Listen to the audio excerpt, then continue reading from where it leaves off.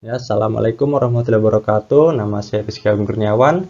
Di sini saya akan menjelaskan dinamika politik dan ekonomi di Indonesia pada masa Orde Baru. Ya, saya berasal dari SMA Negeri 1 Bintan Timur dengan guru pembimbing Bu Yayu Yarnita SPD. Lanjut ke pembahasan pertama, yakni dinamika politik Indonesia pada masa Orde Baru. Nah, awal berdirinya pemerintahan Orde Baru ini dilatar belakangi oleh beberapa peristiwa, seperti salah satunya G30 SPKI yang menyebabkan situasi negara menjadi tidak kondusif. Nah, saat itu rakyat banyak membentuk gerakan-gerakan nasional seperti KABI, KAMI, KAPI, dan lain-lain. Dalam perkembangannya, gerakan-gerakan tersebut bersatu di bawah naungan Front Pancasila. Nah, Front Pancasila inilah yang menuntut Tritura kepada pemerintah. Isi Tritura tersebut yaitu bubarkan PKI beserta ormas-ormasnya. Yang kedua, perombakan dan pembersihan unsur-unsur PKI dan Kabinet Dwikora. Dan yang ketiga, turunkan harga kebutuhan pokok dan perbaikan ekonomi. Nah, menindaklanjuti Tritura ini, Presiden Soekarno akhirnya mengeluarkan surat perintah 11 Maret pada tanggal 11 Maret 1966 yang ditujukan kepada Letjen Soeharto untuk meredakan kekacauan dan permasalahan nasional. Nah, langkah pertama yang dilakukan Letjen Soeharto saat itu yaitu membubarkan dan melarang PKI beserta organisasi massanya berserikat dan berkumpul. Lalu langkah yang kedua yakni menyerukan mahasiswa dan pelajar agar kembali ke sekolah-sekolah dan kampusnya yang saat itu masih sering berdemo. Nah, dalam perkembangannya, Presiden Soeharto ini terkesan seperti menjadi pemimpin negara Indonesia. Akibatnya terjadi dua kepemimpinan di negara Indonesia, yakni Presiden Soekarno dan Letjen Soeharto. Namun karena kedudukan Soekarno saat itu semakin melemah, akhirnya Presiden Soekarno melepas jabatannya dari presiden dan menyerahkan jabatan presiden kepada Letjen Soeharto. Nah, setelah Presiden Soeharto dilantik menjadi presiden pada tahun 1967, hal-hal yang dilakukan beliau untuk menciptakan stabilitas politik antara lain yang pertama, politik pendekatan keamanan dan politik sipil. Nah, politik ini dilakukan di saat situasi saat itu negara sangat belum kondusif ya, sehingga Presiden Soeharto melakukan pendekatan keamanan untuk melakukan depolitisasi terhadap pihak-pihak yang loyal terhadap Presiden Soeharto. Artinya Presiden Soeharto menyaring orang-orang atau pihak-pihak mana saja yang loyal terhadap beliau. Nah, selain menyaring pihak-pihak yang loyal terhadap beliau, Presiden Soeharto juga melakukan reorganisasi pada beberapa lembaga negara. Lalu yang kedua yaitu pelaksanaan pemilu. Nah, pelaksanaan pemilu di masa Orde Baru ini dilakukan sebanyak 6 kali dengan Golkar sebagai pemenangnya 6 kali berturut-turut tersebut. Pemilu pada masa Orde pertama kali dilakukan pada tahun 1971. Nah, karena Golkar menang terus, akhirnya Presiden Soeharto memimpin Indonesia selama 30 tahun lebih. Lalu yang ketiga ada fusi partai. Fusi partai ini yakni penggabungan partai. Artinya partai yang sebelumnya sangat banyak disederhanakan menjadi lebih sedikit lagi. Akhirnya menjadi 3 partai besar, yakni yang pertama Golkar, yang kedua PDIP, itu terdiri dari partai-partai yang berlatar belakang nasionalis, dan yang ketiga P3, yang partai yang berlatar belakang Islam. Lalu yang keempat ada dui fungsi ABRI. Nah, dui fungsi ABRI dapat diartikan sebagai peran ganda ABRI dalam kedudukannya sebagai lembaga keamanan negara dan sebagai pelaksana roda pemerintahan negara. Ya, artinya selain melaksanakan pertahanan Pertahanan dan Keamanan Negara ya. ABRI juga bertugas menjalankan roda pemerintahan negara. Lalu selanjutnya penyeragaman ideologis. Nah, penyeragaman ideologis ini dilaksanakan terhadap masyarakat saat itu, khususnya pelajar dan mahasiswa. Nah, penyeragaman ideologis ini bertujuan untuk membentuk pemahaman yang sama mengenai demokrasi Pancasila menurut pandangan pemerintahan Orde Baru. Nah, lalu yang keenam ada pemberlakuan NKK atau BKK. NKK ini singkatan dari normalisasi kehidupan kampus. Lalu BKK ini Badan Koordinasi Kemahasiswaan. Nah, pemberlakuan ini menuai pro dan kontra saat itu. Menurut banyak pihak, pemberlakuan ini menyebabkan menjadi pasifnya kegiatan mahasiswa dalam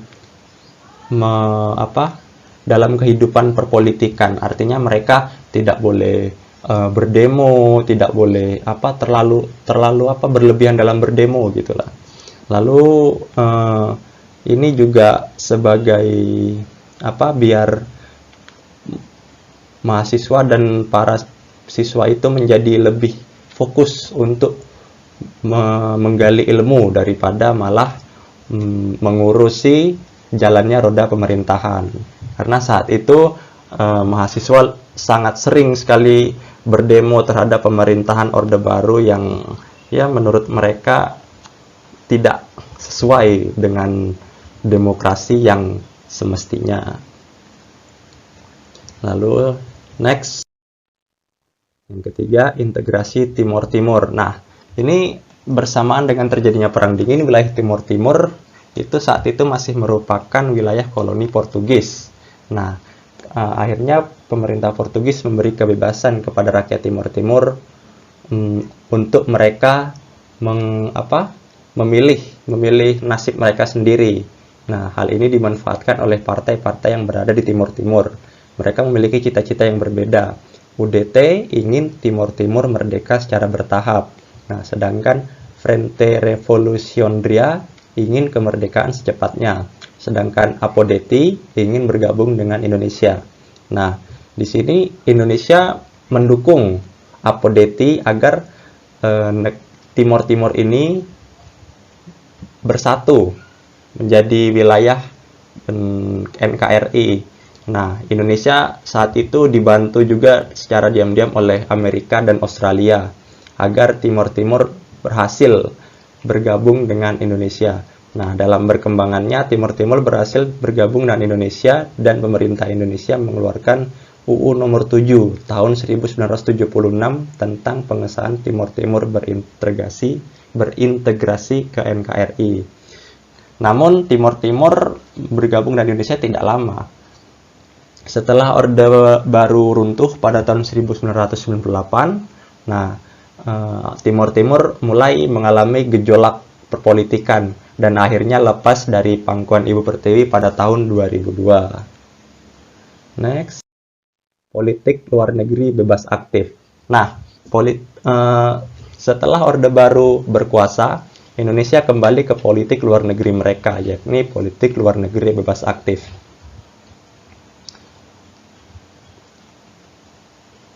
Ya. Lalu mereka pemerintah Orde Baru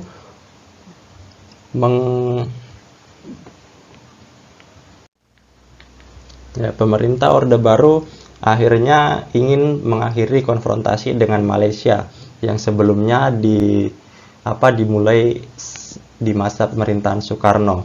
Nah, karena pada masa pemerintahan Soekarno sebenarnya TNI AD sudah diam-diam bekerja sama terhadap negara Malaysia. Sebenarnya TNI AD itu tidak mau melakukan konfrontasi dengan Malaysia saat itu. Namun karena perintah Soekarno, akhirnya ya mereka sedikit itu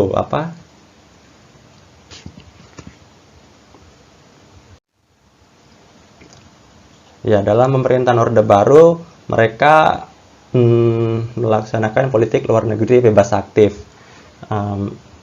Langkah-langkah yang mereka lakukan agar kebijakan ini kembali yakni mengakhiri konfrontasi dengan Malaysia.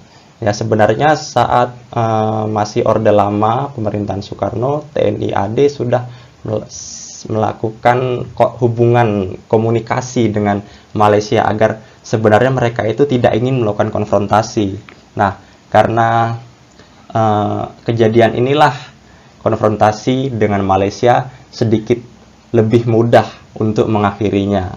Nah, akhirnya Adam Malik yang saat itu menjadi Menteri Luar Negeri Indonesia menemui Menteri Luar Negeri Malaysia Tun Abdul Razak untuk merumuskan perdamaian.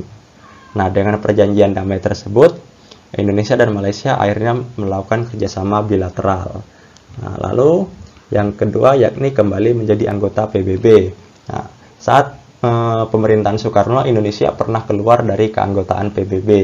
Nah, karena Orde Baru sudah berkuasa kembali dan mereka ingin mengaktifkan kembali politik luar negeri mereka, yakni politik luar negeri bebas aktif, mereka akhirnya memutuskan untuk kembali menjadi anggota PBB. Lalu yang ketiga yakni pelopor pembentukan ASEAN. Nah, ASEAN ini merupakan organisasi negara-negara Asia Tenggara yang bergerak di berbagai bidang. Nah, organisasi ini bekerja sama ya, semua negara ASEAN bekerja sama baik di ekonomi, politik, sosial, dan lain-lain. Pembentukan ASEAN ini dilaksanakan pada tanggal 8 Agustus 1967. Salah satu negara pemrakarsanya ialah Indonesia. Saat itu ditandatangani Deklarasi Bangkok sebagai berdirinya ASEAN pada tanggal 8 Agustus 1967 di Bangkok, Thailand.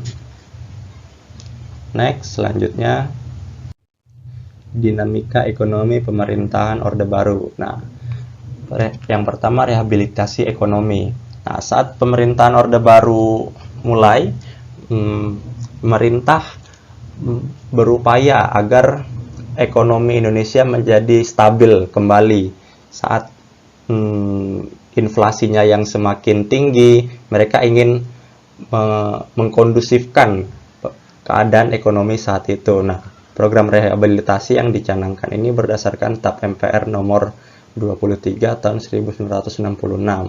Nah, implementasi rehabilitasi ekonomi yang dilakukan antara lain yang pertama, pemerintah menyusun APBN secara efektif.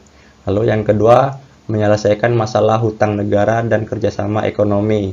Nah, karena di masa Orde Lama saat itu Indonesia banyak sekali melakukan hutang-hutang terhadap negara lain, mau tidak mau saat Orde Baru ini pemerintah bernegosiasi agar Indonesia dapat mendapat waktu tambahan membayar hutang-hutangnya, karena saat itu hutang Indonesia sudah masuk jatuh tempo yang harus dibayar itu. Lalu kerjasama ekonomi bilateral dan multilateral untuk mendapatkan barang-barang impor dan ekspor. Lalu yang ketiga, memberi kesempatan pada investor asing untuk berinvestasi di Indonesia. Dan yang keempat, memberlakukan kebijakan penanaman modal dalam negeri. Nah, berarti ini bisa orang asing, bisa warga pribumi yang boleh berinvestasi dan menanamkan modalnya di Indonesia. Ini agar perekonomian Indonesia stabil kembali. Next, selanjutnya implementasi pembangunan. Nah, pemerintah Orde Baru kemudian mengimplementasikan pembangunan yang dinamakan trilogi pembangunan. Nah, ini mencakup aspek stabilitas nasional yang sehat dan dinamis, pertumbuhan ekonomi yang cukup tinggi, dan pemerataan pembangunan. Dan hasil-hasilnya menuju terciptanya keadilan sosial bagi seluruh rakyat Indonesia. Nah, selain implementasi pembangunan juga didasarkan pada program pembangunan jangka pendek dan pembangunan jangka panjang. Nah, pembangunan jangka pendek ini diwujudkan melalui Repelita, ya, rencana pembangunan 5 tahun, dan diwujudkan melalui Pelita. sedangkan penerapan jangka panjang direncanakan selama 25 tahun. Next, selanjutnya pertanian. Nah, dalam upaya meningkatkan produksi pertanian sebagai salah satu implementasi pembangunannya, pemerintah kemudian menerapkan kebijakan seperti ekstensifikasi, intensifikasi, mekanisasi, dan diversifikasi pertanian. Pemerintah juga membentuk bulog untuk mendukung produktivitas pertanian. Nah, ekstensifikasi ini antara lain membentuk program bimbingan massal, dan yang kedua melakukan perluasan lahan pertanian agar produk melimpah. Lalu selanjutnya intensifikasi. Nah, intensifikasi ini selain meningkatkan kualitas, yang kan meningkatkan kualitas tadi yang ini kan ekstensifikasi tadi kan untuk perluasan wilayah pertanian. Nah, intensifikasi ini meningkatkan kualitas dalam programnya Panca Usaha Tani. Nah, Panca Usaha Tani ini terdiri dari pemilihan bibit-bibit unggul, yang kedua pengolahan tanah yang baik, yang ketiga pemupukan, yang keempat irigasi, dan yang kelima pemberantasan hama. Nah, dalam perkembangannya intensifikasi pertanian ini berkembang menjadi Sabta Usaha Tani, yang sebelumnya Panca Usaha Tani berubah menjadi Sabta Usaha Tani. Nah, Sabta Usaha Tani ini terdiri dari pengolahan tanah yang baik, pengairan yang teratur, pemilihan bibit unggul, pemupukan, pemberantasan hama dan penyakit, pengolahan pasca panen, dan pemasaran hasil pertanian. Selanjutnya yakni mekanisasi. Nah, untuk mendukung kualitas pertanian, pemerintah menerapkan program mekanisasi. Nah, program ini untuk mendukung proses produksi hasil pertanian pasca panen dengan mesin-mesin modern. Ya, karena saat itu petani-petani Indonesia masih menggunakan tenaga-tenaga konvensional ya, seperti kerbau, cangkul untuk membajak sawah. Nah, dengan mekanisasi mereka lebih dimudahkan menggunakan mesin-mesin yang lebih modern. Nah, mekanisasi ini antara lain pemberian hibah traktor, yang kedua kebijakan kredit traktor dengan bunga rendah, yang ketiga pemberian hibah mesin perontok padi, dan yang keempat kredit mesin perontok padi dengan bunga rendah.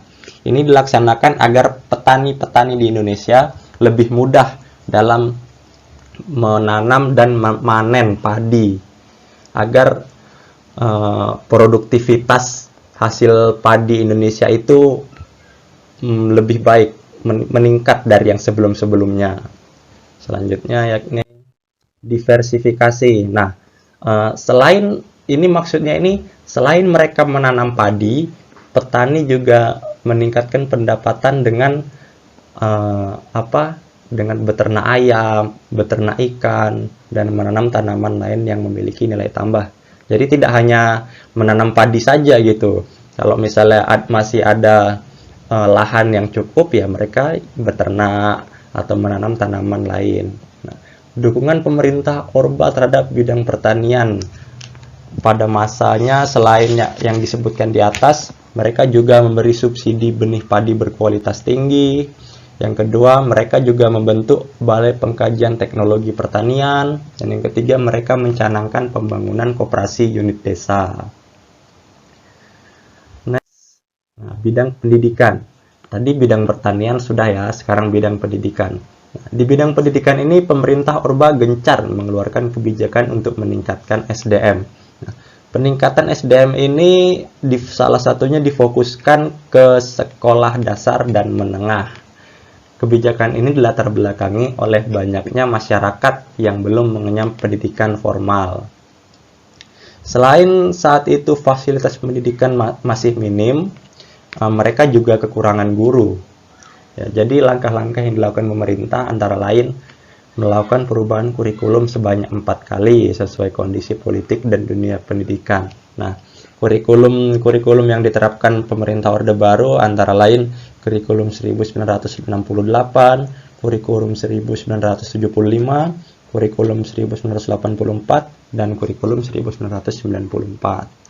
Nah, selain melakukan perubahan kurikulum, pemerintah juga membangun gedung-gedung SD Inpres dan peningkatan jumlah guru.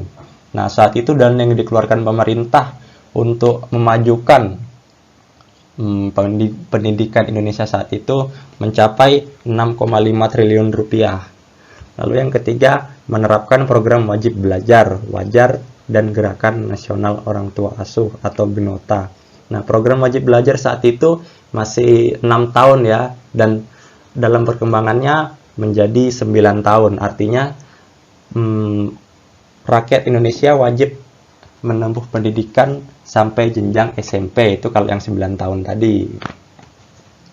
Next, selanjutnya sosial. Nah, salah satu kebijakan pemerintah Orba di bidang sosial adalah pemerataan penduduk dan peningkatan taraf hidup melalui program transmigrasi. Ini artinya memindahkan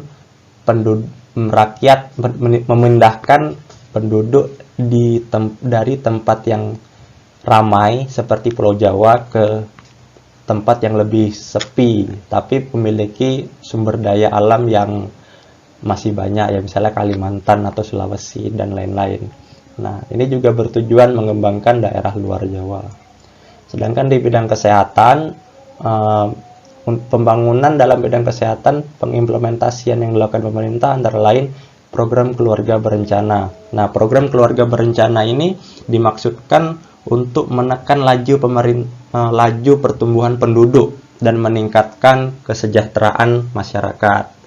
Nah, sedangkan selain program keluarga berencana, implementasi yang lain yakni kesehatan masyarakat. Kesehatan masyarakat dilaksanakan dengan mengembangkan puskesmas dan posyandu agar masyarakat lebih mudah mendapat pelayanan kesehatan. Selanjutnya yakni dampak dinamika kebijakan politik dan ekonomi. Nah, akibat dari kebijakan-kebijakan yang diterapkan pemerintah Orde Baru sebelumnya yang sudah saya jelaskan tadi, ada dampaknya. Yang pertama yakni dominasi besar kepemimpinan Soeharto menimbulkan kesan otoriter. Ya, karena saat itu kesannya Soeharto kayak dia sendiri yang megang Indonesia. Dia meskipun dia presiden, cuma menimbulkan kesan otoriter. Sebenarnya kita kan memegang prinsip pemerintahan demokrasi ya. Nah, namun di pemerintahan Orba ini kesannya malah seperti otoriter, bukan demokrasi. Lalu yang kedua, negara memegang peranan kuat dalam mengatur kebijakan. Nah, ini kayak demokrasi sentralisasi, artinya negara yang pemerintah pusat yang memegang kendali penuh atas kebijakan, baik kebijakan daerah maupun kebijakan negara itu sendiri. Lalu yang ketiga, pemerintah daerah tidak bisa leluasa mengatur dan mengelola anggaran daerahnya. Nah, ini seperti yang saya jelaskan tadi. Yang kedua, pemerintahan sentralisasi atau sentralistik. Ya, artinya negara yang memegang penuh kekuasaan. Ya, jadi daerah-daerah provinsi atau kabupaten itu cuma sebagai kayak pelengkap gitu, kayak cuma sebagai mukanya saja, namun sebenarnya yang memegang kendali ya pemerintah pusat. Lalu yang keempat, ada kehidupan berdemokrasi tidak berjalan dengan semestinya. Nah, ini seperti yang saya bilang tadi, pemerintahan kita ini prinsipnya ini prinsip demokrasi, namun malah terkesan otoriter. Juga kehidupan berdemokrasi kita seperti tidak tampak gitu. Nampak dari PNS dan ABRI yang wajib memilih Golkar di pemilu-pemilu yang dilaksanakan di masa Orba. Oleh karena itu Golkar menang terus dan Soeharto menjadi presiden selama 30 tahun lebih di Indonesia. Lalu yang kelima, banyak terjadi kerusuhan dan demonstrasi yang muncul di masa Orba. Dan yang paling terkenal adalah demokrasi tahun 1998. Ini karena kebijakan pemerintah itu ada beberapa yang tidak selaras, yang tidak sesuai dengan prinsip demokrasi, yang menyebabkan rakyat tidak puas gitu. Lalu yang terakhir, ada media pers tidak bisa bebas dalam mengedarkan berita tentang jalannya pemerintahan. Nah, Maksudnya di sini nih media pers kayak kantor-kantor berita, kantor-kantor surat kabar itu tidak boleh ngomong seenaknya tentang jalannya roda pemerintahan. Mereka kalau mengkritik pemerintah saja itu mereka bisa dibredel kantornya, tak boleh melakukan tak boleh melakukan pengedaran tentang berita-berita lagi. Jadi saat itu memang terkesan otoriter sekali lah Orde Baru. Sampai-sampai kayak berpendapat pun seperti terkekang. Berpendapat, berkumpul itu seperti terkekang sekali. Lalu selanjutnya, selain dampak kebijakan dalam bidang politik, ada juga dampaknya dalam bidang ekonomi. Nah, dampaknya antara lain pada tahun 1969 dan 1994, Indonesia mengalami peningkatan PDB sekitar 6,8% setahun. Nah, maksudnya di sini karena ini ya keberhasilan dari kebijakan pembangunan yang dilaksanakan oleh pemerintahan Orde Baru. Mereka yang meningkatkan bidang pertanian sampai menjadi bisa mendapatkan PDB sekitar 6,8% setahun. Lalu yang kedua, berhasil menjadi negara swasembada beras pada tahun 1980-an. Nah, ini yang keberhasilan dalam bidang pertanian itu ya. Akhirnya mereka bisa menjadi negara swasembada beras, artinya bisa memenuhi kebutuhan beras dalam negeri secara mandiri tanpa impor. Jadi saat itu kita tidak melakukan impor beras. Yang ketiga, di bidang pendidikan, jumlah rakyat yang melek huruf meningkat. Nah, artinya kebijakan dan program pemerintah terlaksana dengan baik. Mereka yang sampai membangun sekolah-sekolah dan meningkatkan jumlah guru sampai keluar dana 6,5 triliun rupiah itu akhirnya berhasil karena jumlah rakyat yang melek huruf meningkat. Lalu GNP Indonesia yang semula 600 US dollar meningkat menjadi 1.300 US dollar per kapita pasca lonjakan harga minyak bumi. Nah, di masa Orde Baru itu terjadi lonjakan harga minyak bumi ya, harga minyak bumi dunia ini. Nah, karena itu Indonesia sebagai negara penghasil minyak bumi otomatis harga buminya mahal dong saat kita jual ke negara lain. Nah, karena itu pendapatan per kapita kita menjadi lebih tinggi dari sebelumnya. Lalu selanjutnya ada maraknya kasus KKN di kalangan konglomerat. Nah, ini KKN ini korupsi, kolusi, dan nepotisme. Ini di kalangan konglomerat ya bisa saja kayak pengusaha, orang-orang kaya, dan pejabat-pejabat negara yang yang memakan duit negara gitu tanpa ada rasa bersalah gitu. Udah saat Orde Baru ini KKN ini sangat marak sekali ya. Saking ya orang kaya, istilahnya orang kaya makin kaya, orang miskin makin miskin gitu. Lalu yang terakhir ada krisis moneter. Nah, krisis moneter ini yang melanda Indonesia pada tahun 97, melanda Indonesia juga, dan Indonesia tidak bisa bertahan dalam menghadapinya hingga akhirnya Orde Baru runtuh pada tahun 1998 dan Presiden Soeharto mengundurkan diri dari jabatan presiden. Saat itu memang inflasi naik drastis yang menyebabkan rupiah melemah sekali karena krisis moneter yang melanda dunia saat itu.